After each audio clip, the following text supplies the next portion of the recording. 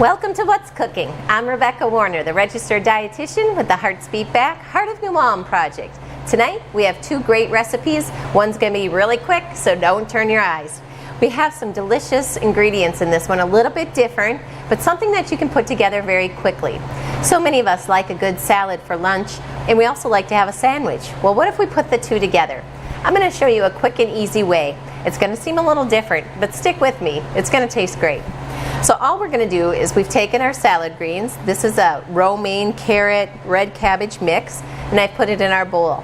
The next thing we're going to do is we're going to use a little bit of our olive oil. We're going to be using about 3 tablespoons. We'll measure it right into our cup. And with that then, we're going to go ahead and use some white wine vinegar. Now if you want to use regular white wine, that's going to be okay too. Now remember, we are not cooking this, so the wine will still have the alcohol in it. So this might be a good opportunity for you to use the vinegar. We're going to use about 3 tablespoons of that as well. Okay, and then we're going to go ahead, and I cheated. I bought the already chopped olives, but the recipe really calls for Kalamata olives. Now they're a little bit of a higher grade. They have a little better flavor, but they're a little bit more expensive as well. If you'd like to continue to use the black olives, feel free to do that as well. All right, we're going to use about 1/4 cup of those. We're going to add them right into our mix here. Okay, we're going to mix that together. Makes kind of a black looking paste. But it's going to be fine. It's going to be fine. All right, we're going to put that right into our leafy greens. Let me move that bottle for you so you can see what I'm doing. All right, so when we have that all mixed in, we want to make sure we toss that pretty thoroughly. And then we just have a couple of easy steps over at the stove. Now you could do this differently too. You can put your bread in the toaster and then just put a little bit of an olive oil garlic mix on your bread, but this way we're going to go ahead and we're going to get the garlic actually toasted a little bit on the stove, and then we're going to put the bread right on top. Okay, so let's just move back here. This is just going to take us a couple of minutes. Going to get our heat going. Going to coat just the bottom of our pan again, just to make sure that nothing's going to stick. We know that's already ready to go and heated up when the oil starts to spread easily like water. Okay, that looks good. Now, we're just going to add, maybe a tablespoon of some garlic in here. And it isn't going to take the garlic long. We want to see that nice browning to the garlic. Then we know we're getting it cooked all the way through. Now, if you look at this recipe online, which you can find at www.heartsbeatback.org, just go to the FoodWorks tab and click on Recipes. You're going to notice it said, have your toast, and then just rub your garlic on the toast. Well, as I make these at home, I found that this is going to be a little bit more tasty and a little bit more filling. Having that roasted garlic is really a nice flavor. It's going to be a little bit strong, so make sure you're a big fan of garlic before you give this recipe a try. Okay, we're starting to see it brown here just a bit. I'm going to give it a couple seconds yet. Make sure they're all getting that nice golden brown to them. Now, when we have the olive oil, we're increasing our HDLs, which are our good fats. That's how we can increase those good fats. Olive oil does have calories, so be aware of that, but it also does do us a lot of benefit as well. So instead of putting the butter in here or even lard, I hear some people still use that these days, we're just going to use the olive oil and get that garlic moving. I'm going to turn down that heat just a bit. Our garlic's browning very quickly. All right, once we have that piece of toast, flip that over as well. So you've just made your own homemade garlic bread. And when we put that salad on top, the combination of these foods together is really delicious.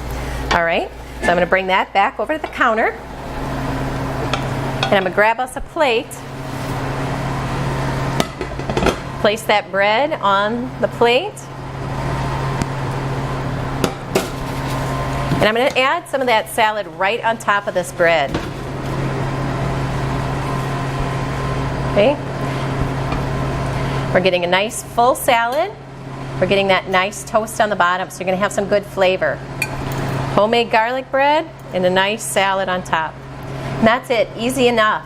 That's all we need to do. You're going to have delicious flavor, lots of different textures, and it's going to taste great. We'll be back in a minute with our second recipe.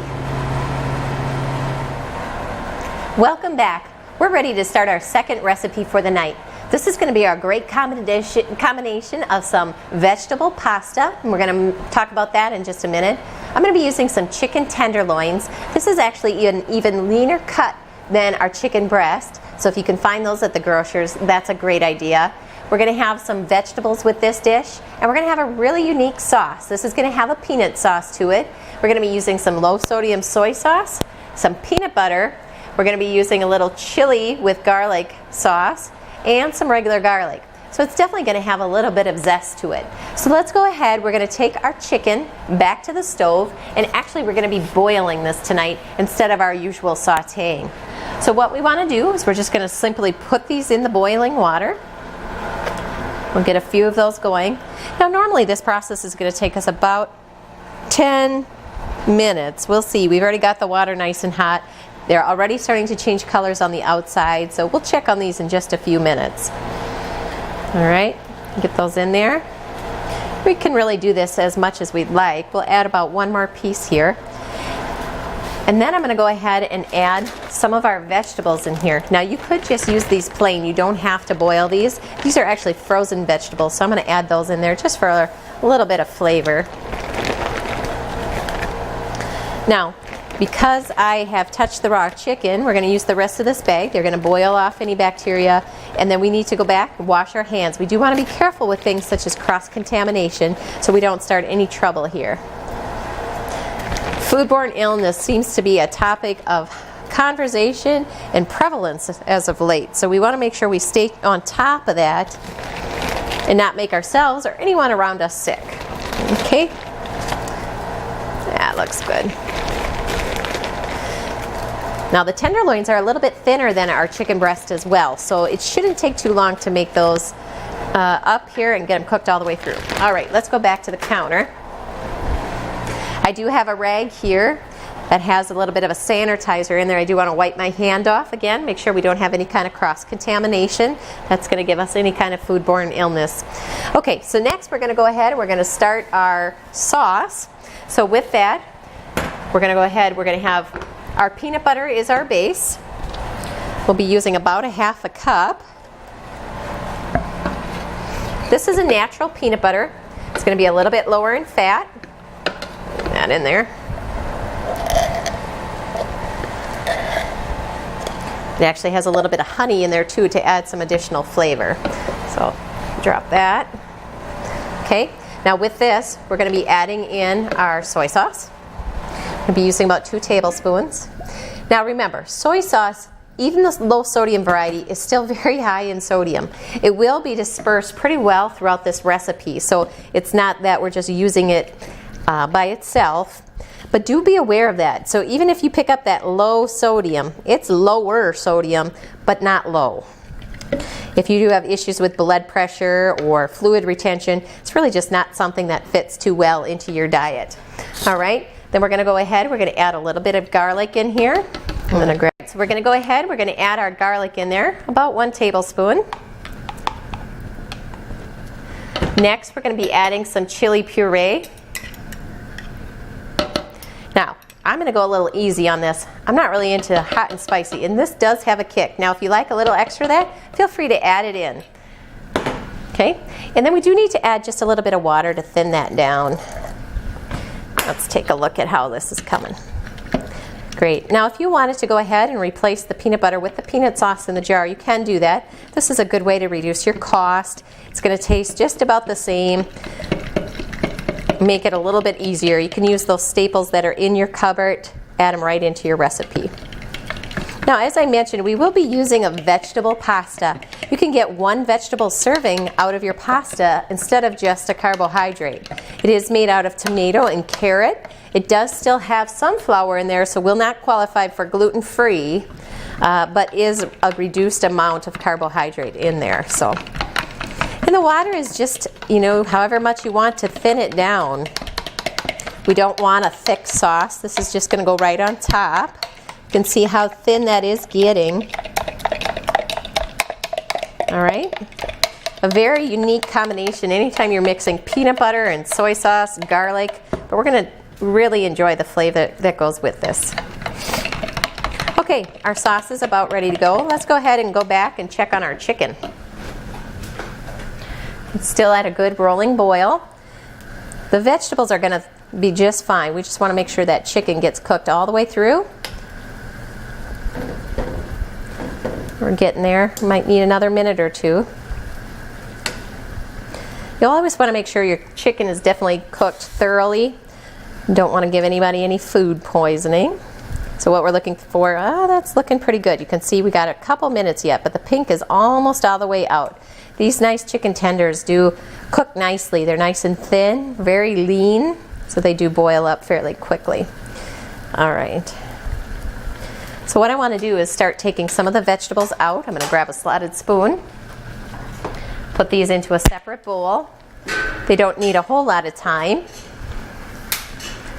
Now you can see I chose a Normandy blend here. We've got cauliflower, broccoli, some squash, and carrots. You really could choose any vegetables you want. And if you wanted to use fresh vegetables, you can do that too. If you are on a budget, frozen vegetables work just fine. They're going to have the same amount of nutrients. They're packed very quickly, so we don't have a huge nutritional loss, and they are lower cost. So don't be afraid to add those into your diet. Vegetables are always good in any shape or form. Well, I shouldn't say that. You people who like to add the cheese sauce, I don't know if you're doing yourself any favors. All right, we're almost through here. We'll keep checking that chicken. We don't want to overcook chicken. We don't want it to get dry and tough. All right. So we do have a good couple servings of vegetables here. Get some of those wayward carrots out. Once we have that done, I think we're ready to pull some of this chicken. Now when we use a peanut sauce like we created on the counter, this really is kind of an Asian flair to this dish. So if you want to spice things up or you want to change up your weekly meal routine, this is a nice one.